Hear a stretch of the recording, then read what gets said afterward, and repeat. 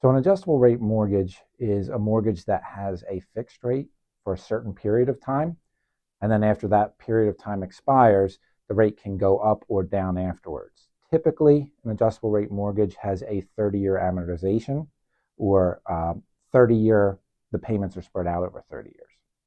The adjustable rate period varies depending on what type of product you've chosen. For example, if it's a 5/1 ARM, your rate is fixed for 5 years, and then every year, which is what the 1 stands for, the rate can adjust up or down, usually 2 percentage points from whatever it was at the initial start of the term. If it's a 7/1 ARM, the rate is fixed for a 7-year period. A 10/1 ARM is a 10-year period, and so forth. So some important things to know about an ARM is the fact that, yes, the rate is not fixed for the entire life of the term. And also there are caps associated with an ARM. So for example, with a 5/1 ARM, the rate can be fixed for 5 years. In year 6, the rate can adjust up or down, no more than 2%. And then every year thereafter, it can adjust up or down no more than 2%. However, it's capped. There are now products in which the rate adjustment period can be longer, such as, for example, a 5/5 ARM. So the rate is fixed for the first 5 years. In year 6, the rate can change, but then it is locked again for another 5 years. There are other products out there on the market that are very similarly structured. So there may be a 7/6 ARM, 7 years that it's fixed, but in year 8, it'll change, and then it can be fixed for another 6 years. So there are more product offerings than there used to be. The other question we get is, what if I want to pay it off early? There's typically no prepayment penalties for refinancing at another point in time. So if in the future, if rates were to drop considerably lower and you're in a higher adjustable rate mortgage, you can refinance. The only costs are going to be the closing costs associated with getting that new loan, but it's not like you're locked into that loan for the life of the loan.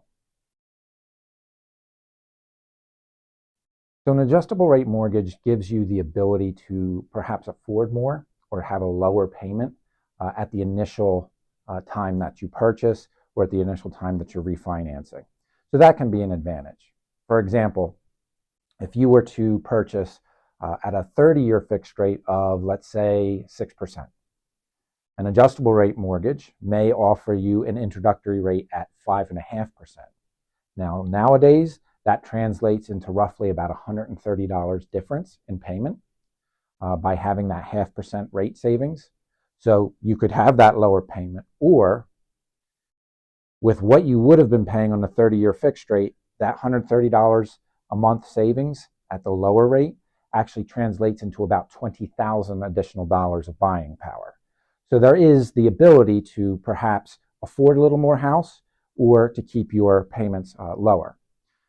Also, with an adjustable rate mortgage, pre-COVID, the average life of a 30-year fixed rate loan was 5 to 7 years. So many people would go out and they just get the 30-year fixed rate, but they wound up not keeping that loan for one reason or another. They either sold the house or they had to refinance for some reason.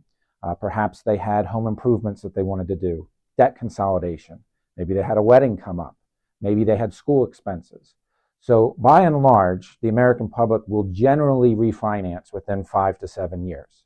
So the question is, does it make sense to pay a higher rate for a period of time when you know at some point in time you are very likely to need to refinance because you have other responsibilities?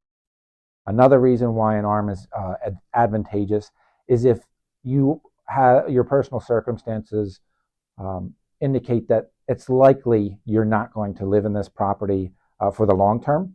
So if maybe it's a starter home, does it make sense to have a 30-year fixed rate if your plan is to start shopping again in 5 years? So again, it goes back to having that comfort of the fixed rate, but is it really worthwhile for your personal circumstances to pay a higher rate?